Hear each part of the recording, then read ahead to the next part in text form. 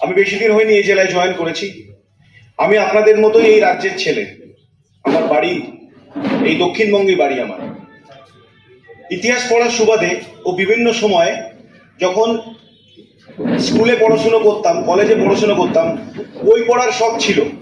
শুধু ক্লাসের বই নয়, আমি অনেক ইয়াং ছেলেদেরকে দেখতে পাচ্ছি যারা এখানে এসছেন, বয়স্ক মানুষও আছেন, অনেকে পড়ার শখ রাখেন। আমি যখন স্কুলে যখন পড়াশুনো করছি, যখন জীবনে ভাবছি যে কি করব, সেই সময় কিছু বই, কিছু পাঠ্য বই, তার বাইরে কিছু জায়গা আমাকে অনুপ্রাণিত করেছিল আমার এই রাজ্য সম্বন্ধে, আমার দেশ সম্বন্ধে গর্ববোধ করার জন্য। তার মধ্যে সর্বাগ্রে এই ইতিহাসের শহর, কালচারের শহর, ঐতিহ্যের শহর, ভাস্কর্য স্থাপত্যের যে প্লেস, তার নাম মুর্শিদাবাদ। মুর্শিদাবাদ জেলা শুধু আমাদের রাজ্যে নয়, সারা ভারতবর্ষে, পৃথিবীতে বন্দিত। ইতিহাসের কালক্রমে বিভিন্ন সময় বিভিন্ন ঘটনাবলী একেবারে ইতিহাসের রাজনীতির প্রেক্ষাপটে সর্বপ্রথম হেডলাইন্স তৈরি করেছে এই মুর্শিদাবাদ জেলা। আমি সেই জেলায় আপনাদের সাথে, আপনাদের মাঝে কাজ করতে পেরে এবং এই মহতী অর্গানাইজেশনের ডাকে এখানে আসতে পেরে অনেক অনেক কৃতজ্ঞতা বোধ করছি। যখনই কোনো জায়গায় ভালো কিছু হয়, সেখানে হয়তো পুলিশ ডাক পায় না, কিন্তু যদি সেখানে খারাপ কিছু হয়, সেখানে পুলিশ ডাক পায়। এটা আমাদের চাকরির একটা নিয়ম। যখন সবাই ওখান থেকে পালিয়ে যায়, গুলি চলছে, বোম পড়ছে, মারপিট হচ্ছে, তখন সব বাড়ি চলে যায়, আমরা সেখানে পৌঁছাই। আমি আগের বক্তাকে, বদরুল সাহেব, অনেক অনেক ধন্যবাদ জানাবো যে পুলিশকেও তারা যেভাবে এই জেলা সম্মান দেয়, আমি তার জন্য কৃতজ্ঞ।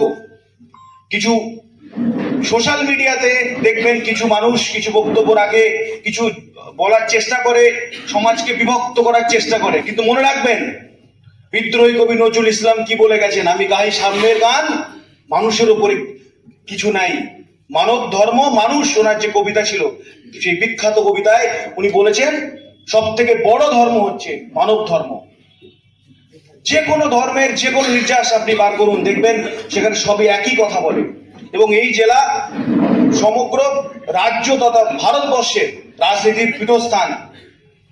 আমাদের এই জেলা মুসলিম অধ্যুষিত, সংখ্যালঘু অধ্যুষিত জেলা, প্রান্তবর্তী জেলা, সীমান্তবর্তী জেলা, ইন্টারন্যাশনাল বর্ডার আছে। ইন্টারন্যাশনাল বর্ডার আছে, শুধু আপনাদের ইচ্ছে বর্ডার হয়নি, বর্ডার হয়েছে রাজনীতির নিয়মে। ভারতবর্ষ যখন ভাগ হয়েছে, কিছু রাজ্য ভাগ হয়নি, কিছু রাজ্য ভাগ হয়েছে, ভাগ হয়ে দুটো দেশ তৈরি হয়েছে।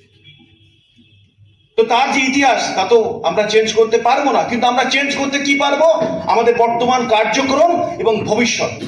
আমি এখানকার প্রত্যেকটা ইয়াং ছেলেদেরকে বলবো, ইয়াং মেয়েদেরকে বলবো যে তোমরা শিক্ষাতে ফোকাস করো। দেখুন আমাদের মধ্যে আজকে দুজন উপস্থিত আছেন, প্লিজ একবার তালি দিন ওদের জন্য, প্লিজ। আমি জানি যারা পরিশ্রম করে, পড়াশুনো করে একটা সমাজে প্রতিষ্ঠিত হয়, তাদের সমাজে গুরুত্ব কতটা, সে শুধু তার নিজেরটাই দেখবেন। আমি আশা রাখবো আপনাদেরকে অনেক অনেক কংগ্রাচুলেশনস, এবং আমি আশা রাখবো নিজেরটাও দেখার সঙ্গে সঙ্গে সমাজের জন্য দেখবেন।